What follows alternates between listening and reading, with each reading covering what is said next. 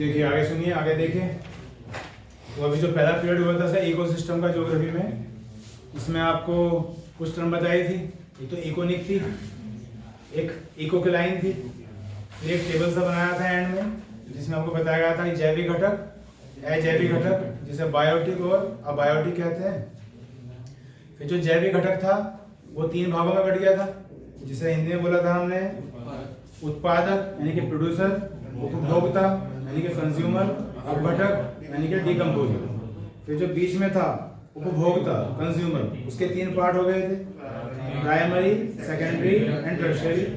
फिर जो इधर की साइड था ऊपर की तरफ अजैविक घटक है ना, वो 3 भागों में जाके बढ़ गया था नीचे, इनऑर्गेनिक, ऑर्गेनिक एंड फिजिकल, जिन्हें हम बोलते हैं अकार्बनिक, कार्बनिक और भौतिक। ये थोड़ा सा बस मैंने स्ट्रक्चर बना के पीरियड एंड कर दिया था। अब उससे आगे देखते हैं और आगे समझते हैं।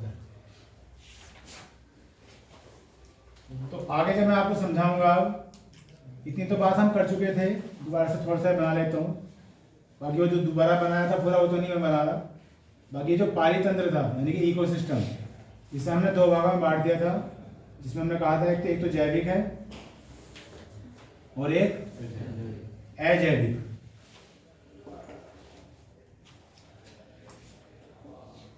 That means बायोटिक और अबायोटिक। अब उसके बाद थोड़ा सा और ब्रीफली समझने की कोशिश करते हैं। अभी जो जैविक है, इसके अगर मैं आगे क्लासिफिकेशन करता हूँ इसका, तो वहाँ तो मैंने आपको ये लिखवाया था, जो मैंने 3 क्लासिफिकेशन लिखवाया था, दोबारा से रिपीट कर रहा हूँ। क्या क्या? उत्पादक, उपभोक्ता और अपघटक। इंग्लिश में ही बोलना पड़ेगा मुझे फिर, प्रोड्यूसर, कंज्यूमर एंड डिकम्पोजर। लेकिन अभी मैं बात ये नहीं कर रहा हूँ, मैं कुछ और बात कर रहा हूँ, उसे आपको समझाऊंगा। ठीक है? तो जैविक घटक अगर हम आगे इसे डिस्ट्रीब्यूट करना चाहें किसी और एंगल से, तो मैं ऐसे कह सकता हूँ कि 2 प्रकार के होते हैं। एक को बोलते हैं स्वपोषी, स्वपोषित, और एक होता है परपोषित। स्वपोषित, परपोषित हिंदी में बोलते हैं, और इंग्लिश में स्वपोषित बोलते हैं ऑटोट्रोपिक। Autotrophic, AUTOTROPHIC, autotrophic. इसे बोलते हैं हेट्रोट्रोपिक।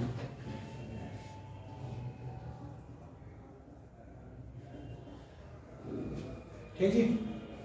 अब इसे नाम से पता चल रहा है कि स्वपोषित क्या हो सकता है, जो अपना पोषण खुद कर ले, है ना, यानी कि अपना आहार, अपना फूड अपना आप ही क्रिएट कर ले, वो स्वपोषित हो गया, जिसे हम बोल रहे हैं ऑटोट्रोपिक। और परपोषित क्या हो गया? जो अपना आहार बनाने के लिए दूसरों पे निर्भर है, परपोषित, जिसे हम बोलते हैं हेट्रोट्रोपिक। ठीक है ना? उसके बाद अगर मैं स्वपोषित की बात करता हूं, तो इसके भी 2 पार्ट हो जाते हैं। मैंने आपसे कल कहा था ना कि ये टॉपिक बहुत बड़ा है, वो डिपेंड ये करता है कि आप कहाँ तक पढ़ना चाहते हो, ये सब चीज़ें हैं। अब यहाँ पे जो आएगा, इसे हम लिख सकते हैं प्रकाश संश्लेषी पौधे, प्रकाश संश्लेषी पौधे।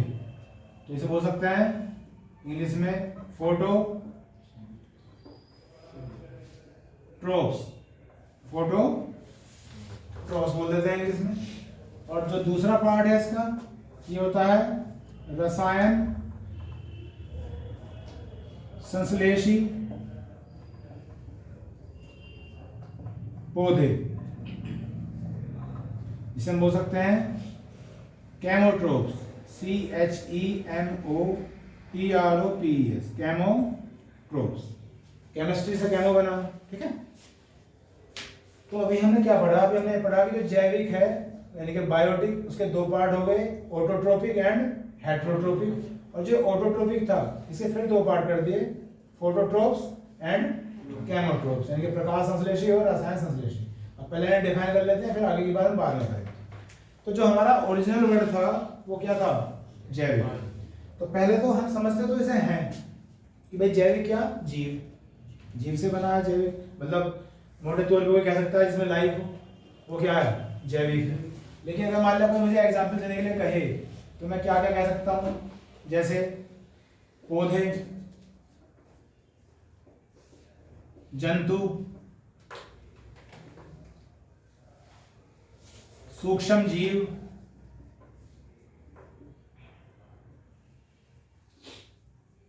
और इन सभी के हिस्से कह सकते हैं। हिस्से से मतलब जो सड़ गए, गल गए, नष्ट होने वाले क्या पार्ट कह सकते हैं, हिस्से।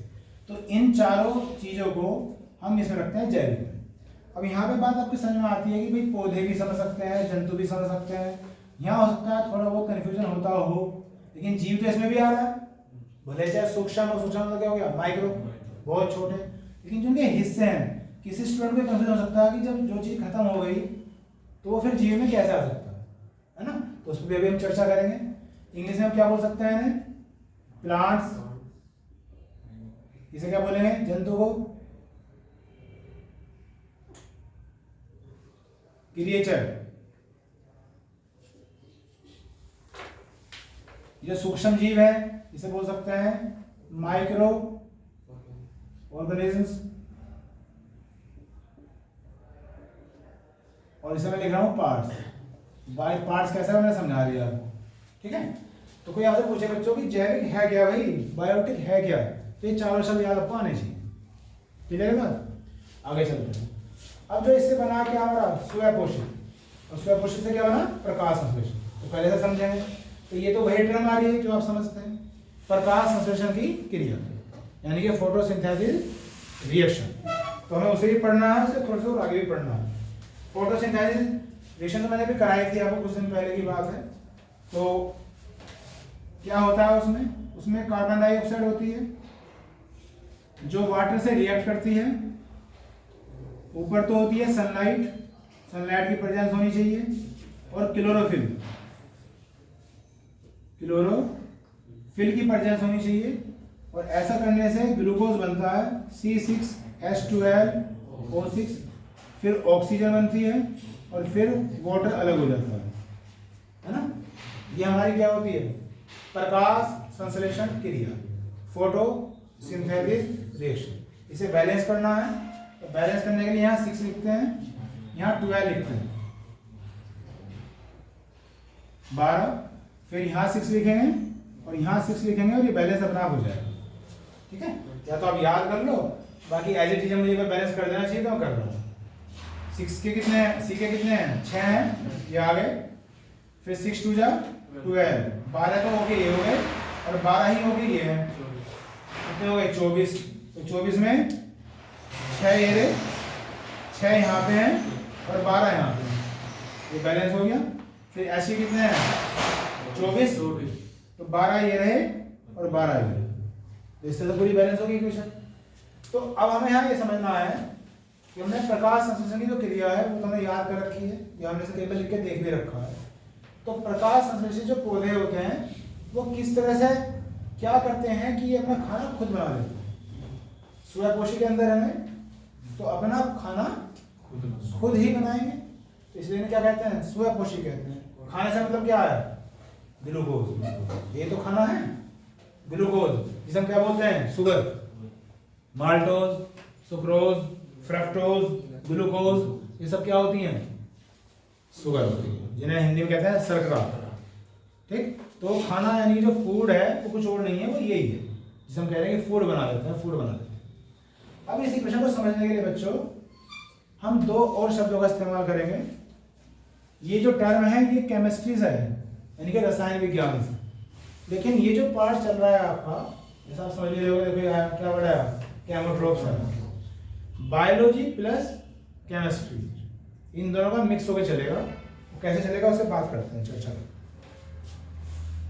मैं इस इक्वेशन को समझाने के लिए एक अलग एग्जांपल ले रहा हूं। पहले आपको मैंने कहा Fe प्लस O2, एरो का निशान बनाया, यहाँ H2O लिखा, और मैंने यहाँ लिख दिया Fe2O3, Fe2O3।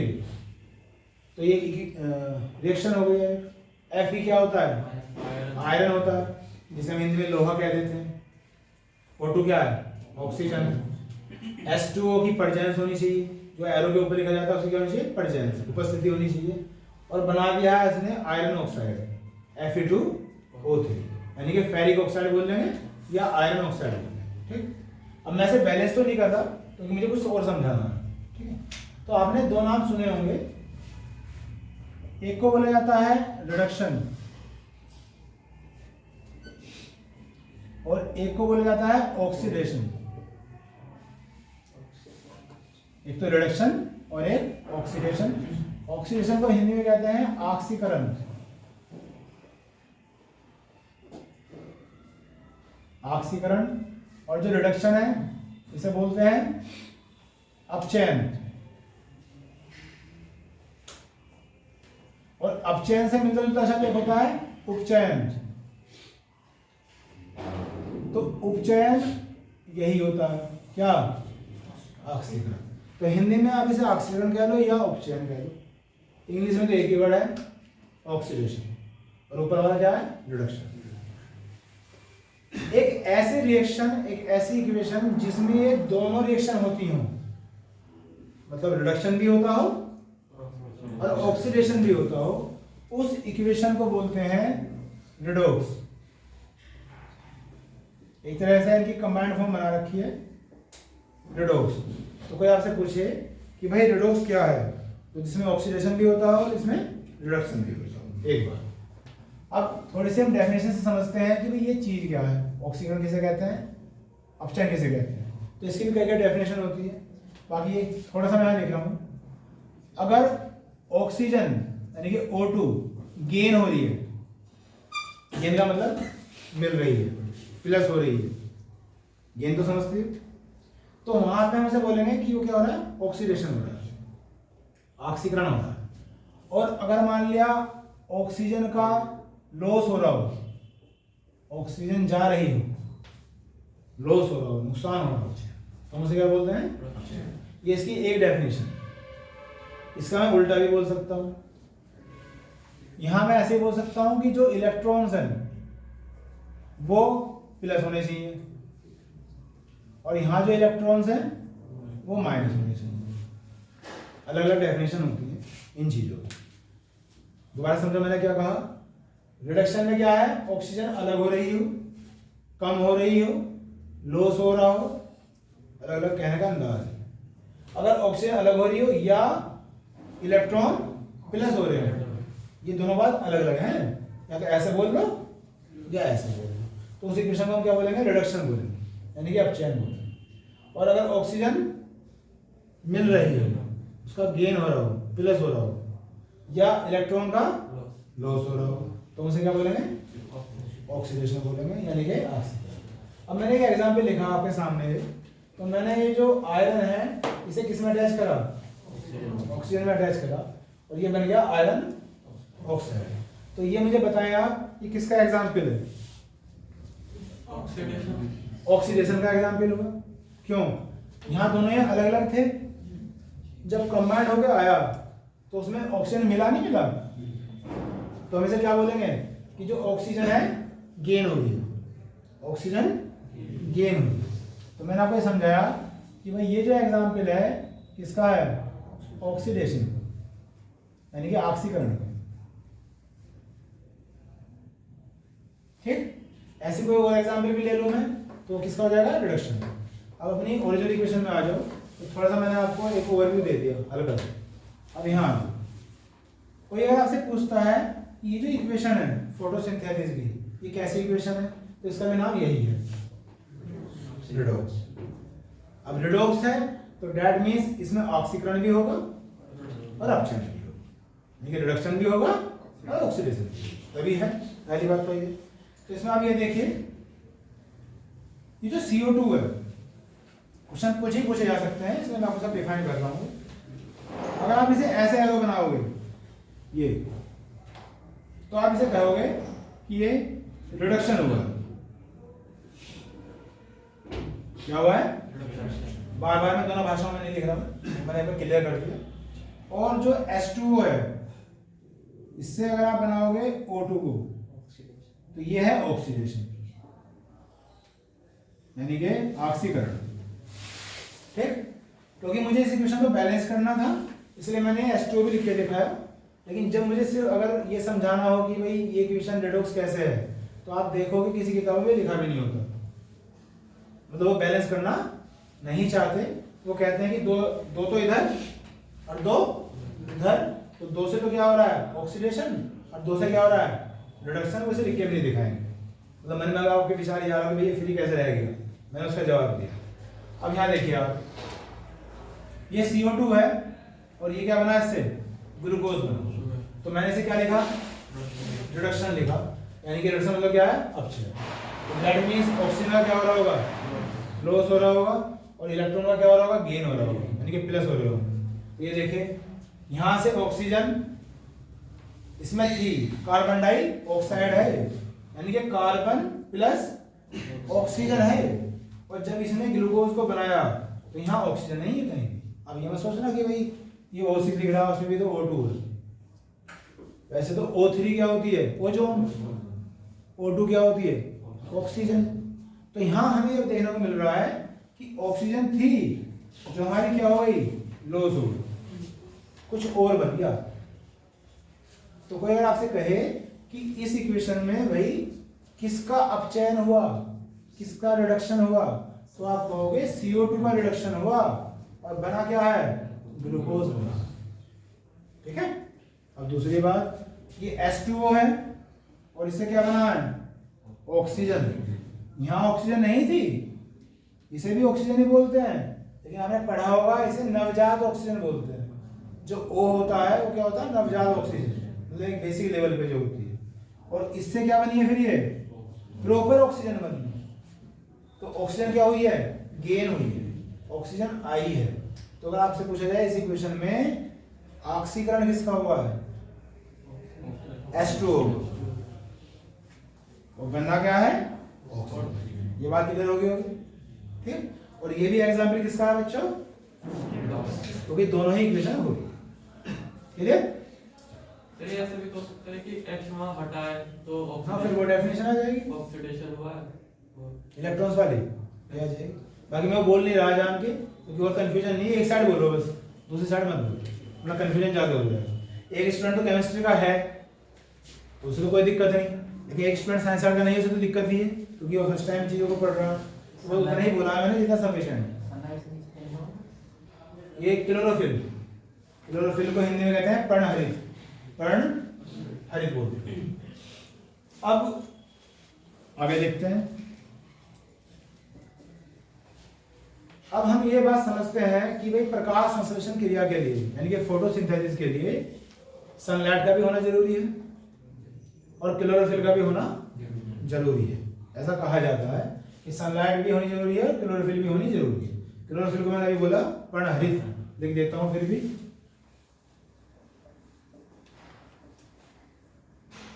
पर्णहरित बोलते हैं।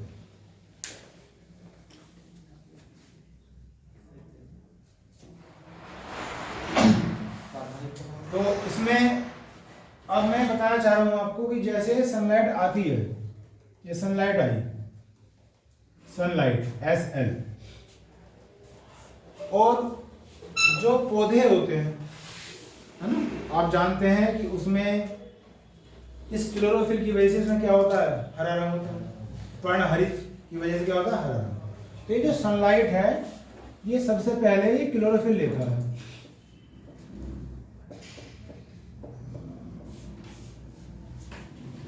ठीक। अब ये एनर्जी जो लेता है वो तो लेता है रेडिएशन एनर्जी के रूप में, रेडिएशन एनर्जी को बोलते हैं विकिरण ऊर्जा, विकिरण ऊर्जा के रूप में ये लेता है, ठीक। लेकिन इसके अंदर जो स्टोर होती है, इकट्ठा होती है, ये केमिकल एनर्जी की फॉर्म में इकट्ठा हो जाती है।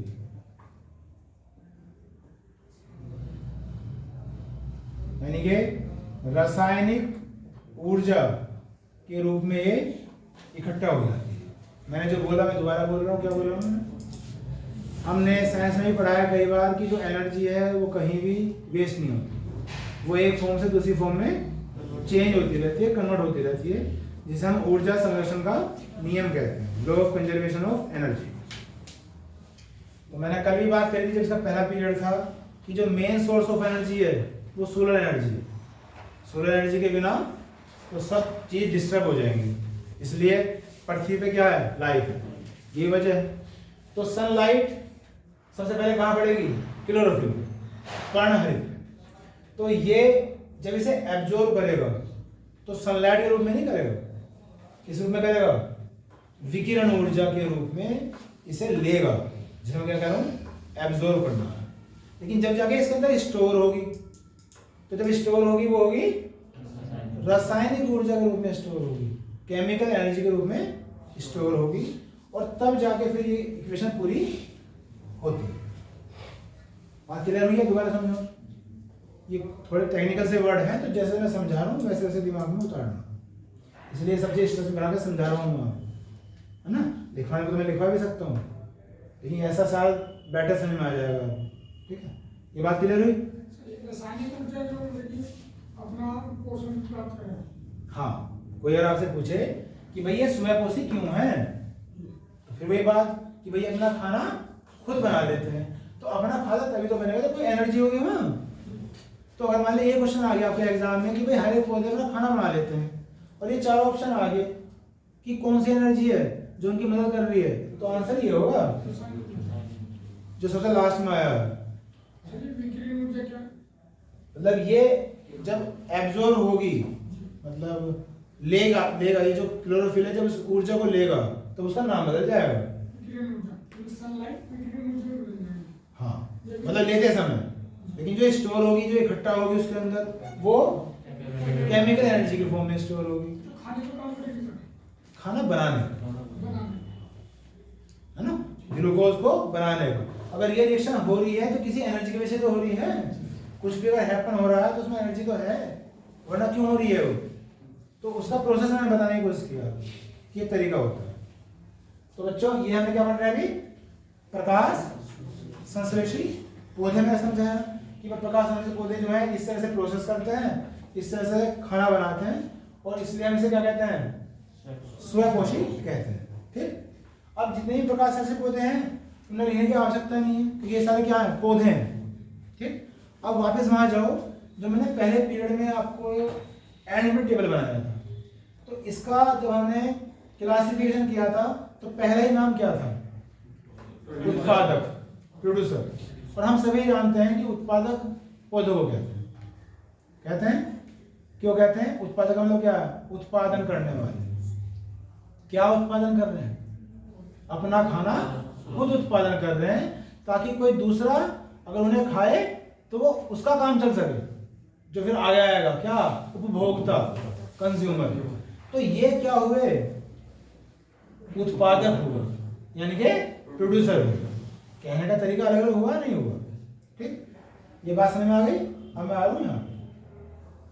ठीक, रसायन संश्लेषी पौधे, ये रासायनिक ऊर्जा जो है खाने को स्टोर करेगी और फिर जो पूर्ति करेगी सर, रासायनिक ऊर्जा से ही करेंगे या कुछ और होगा?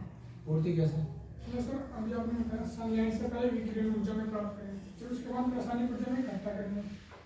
वो सब खाएंगे क्या, रासायनिक ऊर्जा ही लेंगे बेटा? खाना ये ग्लूकोज। आप शब्दों में ले जाते हो, एनर्जी कैसे खाई जा सकती है? एनर्जी से तो काम किया जाएगा। तो ये तो सारी एनर्जी इस काम को प्रोसेस करने के लिए, और खाना तो ये है ना, शब्दों में आगे पीछे रहती है। चलो आगे। अब अगला हेडिंग क्या है, रसायन संश्लेषी पौधे, जिन्हें बोलते हैं केमोथ्रोप्स। ठीक, तो ये कुछ अलग नहीं है, इसी से टच आ जाएगा, इसलिए मैंने इतना सारा पहले समझा दिया। यहाँ ये कहा गया है कि कुछ पौधे ऐसे होते हैं, कुछ प्लांट्स ऐसे होते हैं जो इस कैटेगरी में आते हैं। डेट मीन्स उनके लिए सनलाइट की आवश्यकता नहीं है, उनके लिए प्रकाश संश्लेषण क्रिया की आवश्यकता नहीं है। बस ये पौधे क्या करेंगे, सिर्फ और सिर्फ ऑक्सीडेशन करेंगे, यानी कि क्या करेंगे, ऑक्सीकरण करेंगे। जिस इक्वेशन में दोनों हो जाए वो तो मैंने रिडॉक्स कहा, लेकिन हर इक्वेशन रिडॉक्स थोड़ी होगी। किसी में सिर्फ ऑक्सीकरण भी हो सकता है, किसी में सिर्फ अब चयन यानी कि रिडक्शन भी हो सकता है। अब मैंने ये एग्जांपल दिया, ये तो रिडॉक्स नहीं है, इसमें क्या हो रहा है, सिर्फ ऑक्सीडेशन ही हो रहा है। तो यहाँ ये समझाने की कोशिश की गई है कि कुछ पौधे ऐसे भी होते हैं जहाँ सनलाइट नहीं पहुँच पा रही, होता है नहीं होता है, लेकिन वो फिर भी एनर्जी ले रहे हैं, फिर भी सर्वाइव कर रहे हैं। वो कैसे करते हैं? तो इसी की वजह से करते हैं, उन्हें हमें रासायनिक संश्लेषित पौधे बोलना चाहिए, क्योंकि उनके अंदर क्या हो जाता है, ऑक्सीडेशन, और वो ऑक्सीडेशन यानी कि ऑक्सीकरण से एनर्जी प्राप्त कर लेते हैं और सर्वाइव करते हैं। मतलब खाना तो ऐसे ही बनेगा, लेकिन प्रोसेस का नाम फोटोसिंथेसिस नहीं हुआ, क्या हो गया, ऑक्सीडेशन हो गया, और इसलिए उन्हें केमोथेरेप्स कहा जाता है, यानी कि रसायन संश्लेषी पौधे कहा जाता है। ये बात मैंने क्लियर कर दी आपको, तो बस सिर्फ आपको ये नाम याद रखना है, बस और कुछ नहीं। सर एक्वेटिक प्लांट्स आ सकते हैं, मतलब जो पानी के अंदर। एक्वेटिक में बेटा कार्बन डाइऑक्साइड आ जाती है वहाँ पे, मोस्टली होती तो ऑक्सीजन भी है, लेकिन वो थोड़ा सा अलग हो जाएगा, होगा सारा रोल यही। लेकिन हमारे यहाँ पानी के अंदर की बात करोगे तो सनलाइट तो है नहीं वहाँ पे, जब सनलाइट नहीं तो हाँ फ्री आ जाएगा। तो ये सनलाइट है तो बहुत कम है या है ही नहीं, अगर ज़्यादा गहराई में है तो फिर ऑक्सीजन के प्रोसेस के काम होता है।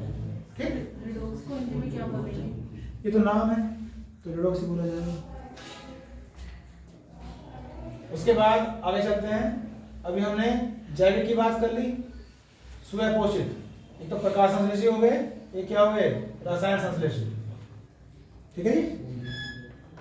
अभी इसे मुझे रब करना पड़ेगा, उतार तो लिया हुआ साथ साथ नहीं, फोटो खींचो जल्दी लो फोटो, साथ साथ उतारते करो भाई।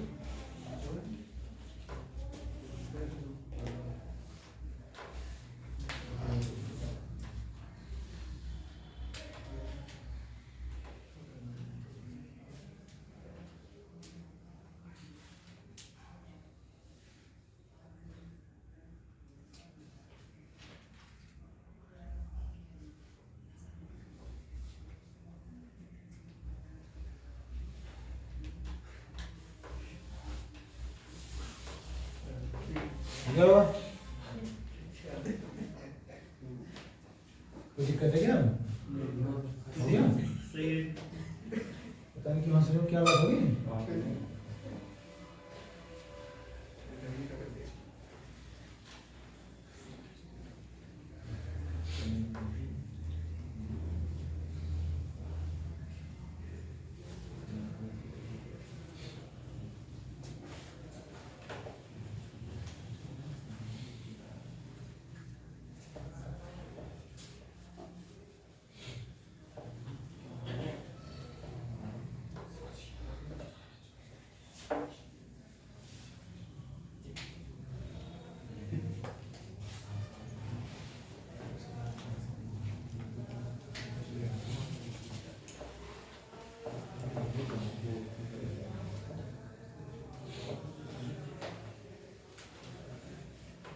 आज मुझे लगा थोड़ा सा काम कठिन सा हो गया, क्या हो गया है भाई, क्यों हंसी सी क्यों आ रही है तुम्हें?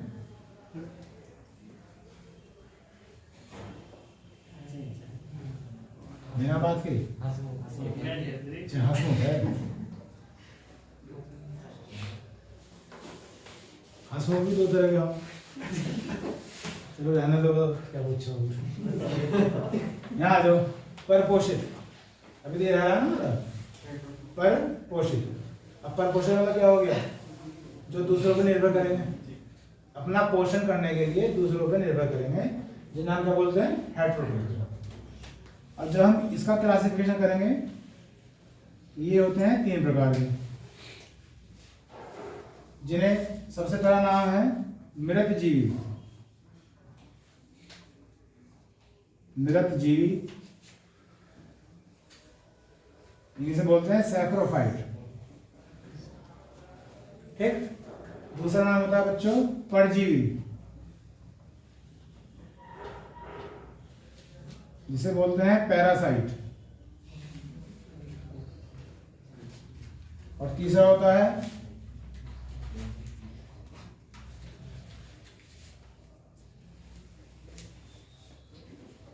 समप्राणी, बोल देते हैं होलोजोनिक।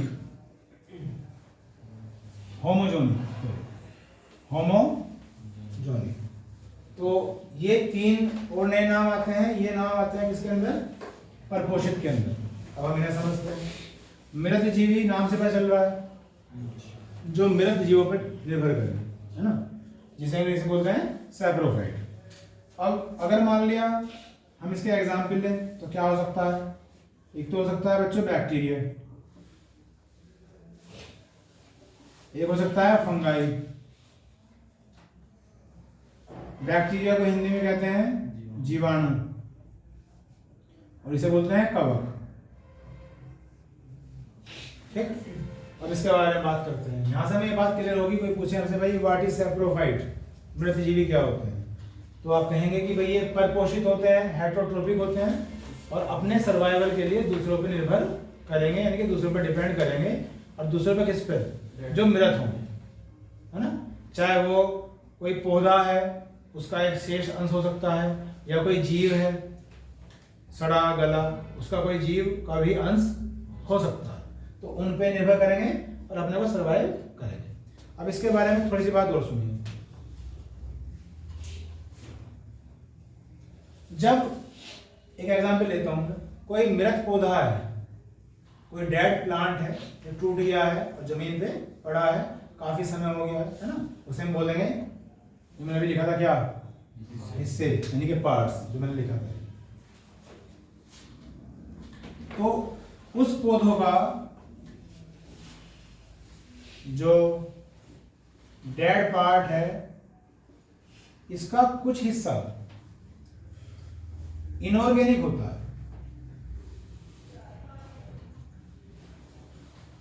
इनऑर्गेनिक मतलब अकार्बनिक होता है।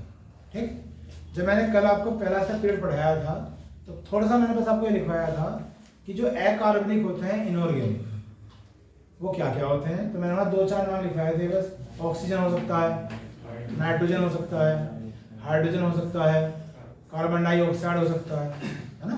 ये मैंने बात थोड़ी सी लिखवा दिया था, ऐसे ही है।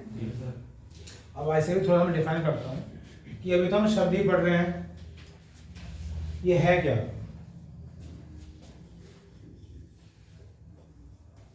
ये है क्या चीज इनऑर्गेनिक। तो इनऑर्गेनिक के हिंदी में तो हम क्या कह देते हैं, अकार्बनिक। अगर हम थोड़ा सा भी आइडिया भी लगाएं तो आइडिया तो बस ये लग पाता है कि जिसमें कार्बन ना हो,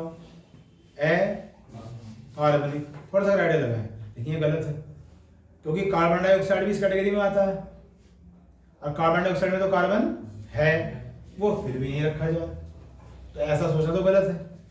अब यहाँ पे क्या समझेंगे हम, पहले मैं इनऑर्गेनिक को डिफाइन कर दूं कि इनऑर्गेनिक क्या होता है।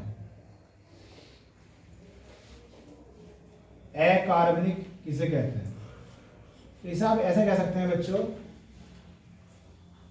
कुछ तत्व होते हैं जिसे हमें कहना चाहिए एलिमेंट्स, हिंदी में कहते हैं क्या, तत्व। और कुछ होते हैं कंपाउंड,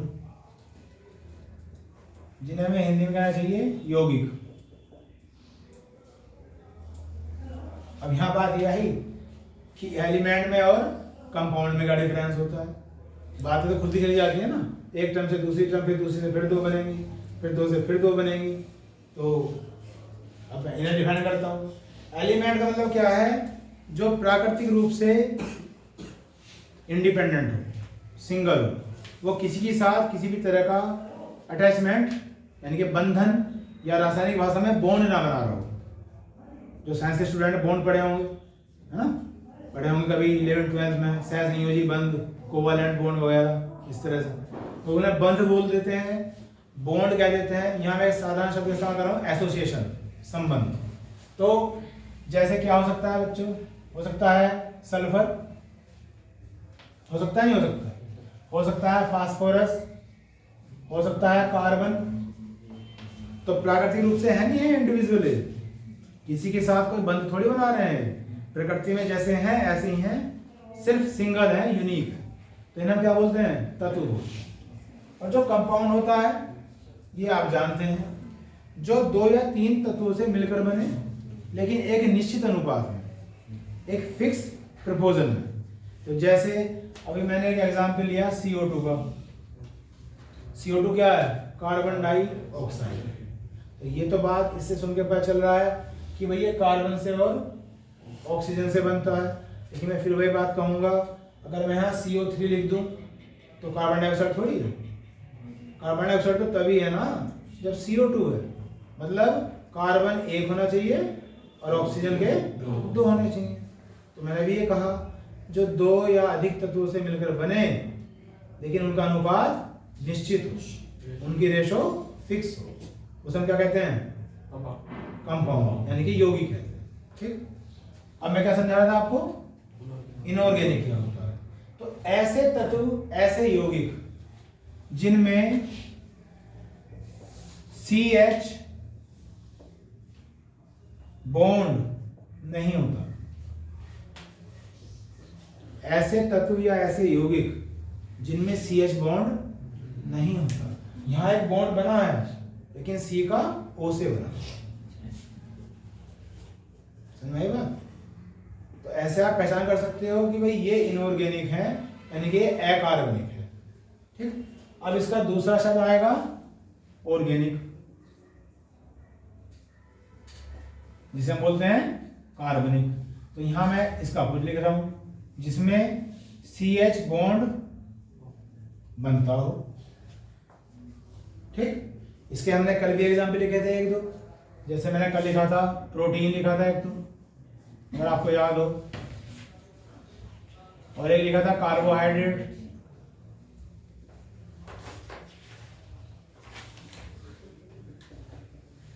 ठीक है, अब कार्बोहाइड्रेट जब हमें शब्द को समझते हैं तो हमें यह समझाया जाता है कि जहां CH और O हो।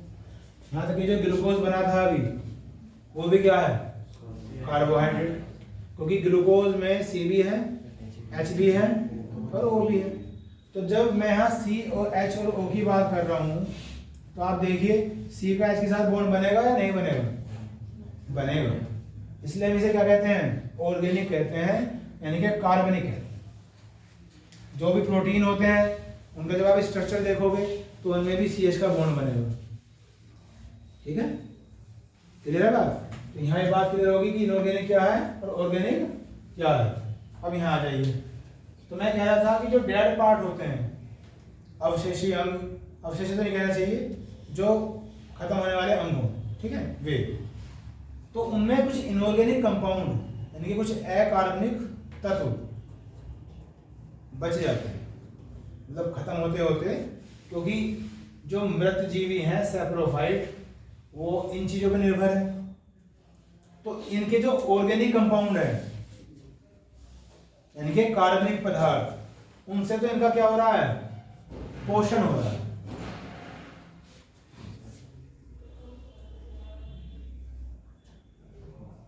इनसे इनका क्या हो रहा है? पोषण हो रहा है इनका। ठीक, लेकिन जो इनऑर्गेनिक है, जो अकार्बनिक है, वो बच जाता है। अच्छा, वो जो डेड प्लांट है या पार्ट है, वो कहाँ पड़ा हुआ है? जमीन में पड़ा हुआ है, वहीं सड़ना है, वहीं गलना है। ठीक, कोई जानवर अगर मान लो दिख भी जाता है, उसे भी जमीन में दफना दिया जाता है। तो एटलीस्ट वो जो इनऑर्गेनिक पार्ट है वो जाना कहाँ है?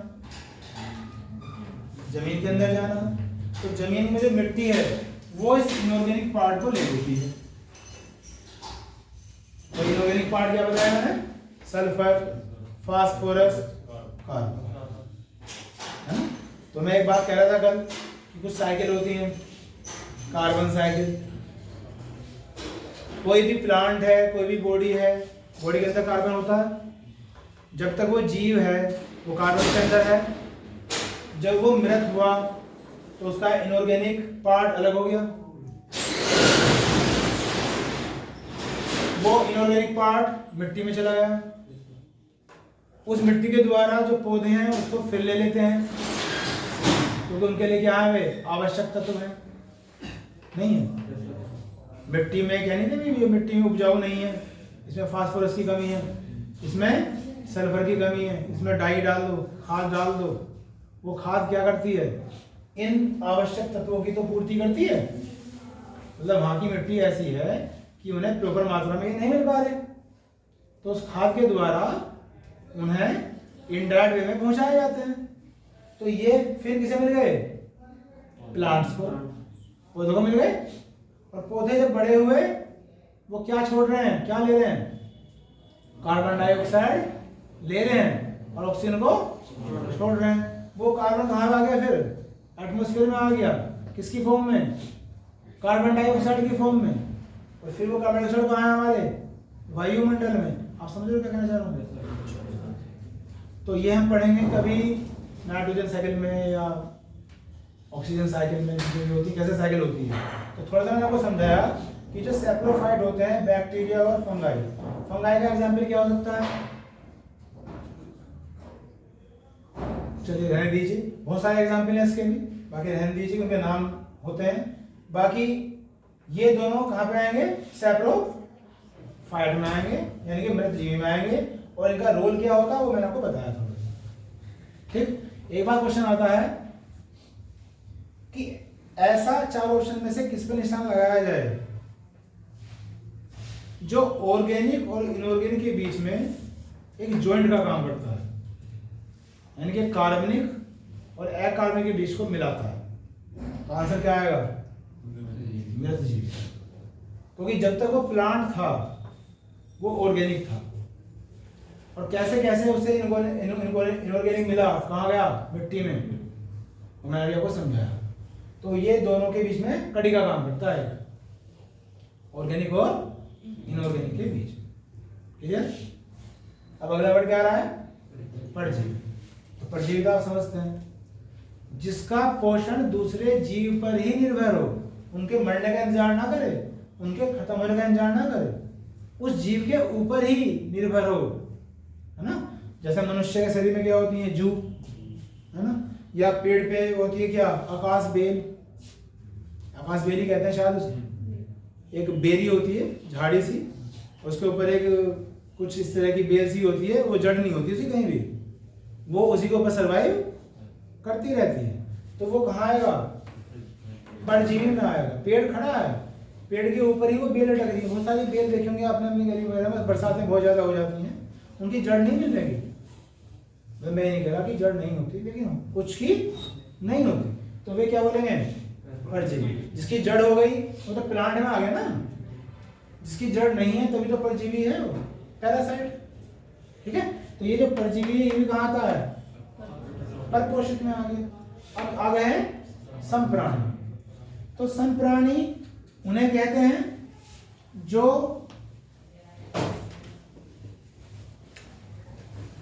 अपना फूड, अपना आहार माउथ से लेते हैं, मुंह से लेते हैं। तो जितने भी जानवर हैं, हम इंसान भी कहाँ हैं, संप्राणी में। हम भी जो अपना आहार है मुंह के द्वारा ग्रहण करते हैं। क्लियर। बिल्ली, कुत्ता, शेर, जैसा आप सब देख रहे हो, जो मैं कहना चाह रहा हूँ, वो सब कहाँ आएंगे, होमोजेनिक में।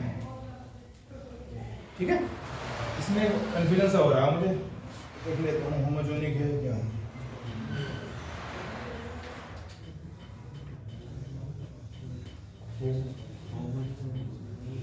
ये होलो ही है, पहले सही लिखा था, होलो जोनिक ही है। ठीक है, होलो जोनिक। संप्राणी कह देते हैं, संप्राणी भोजी भी लिखा होता है कहीं, कई कई नाम होते हैं, संप्राणी भोजी।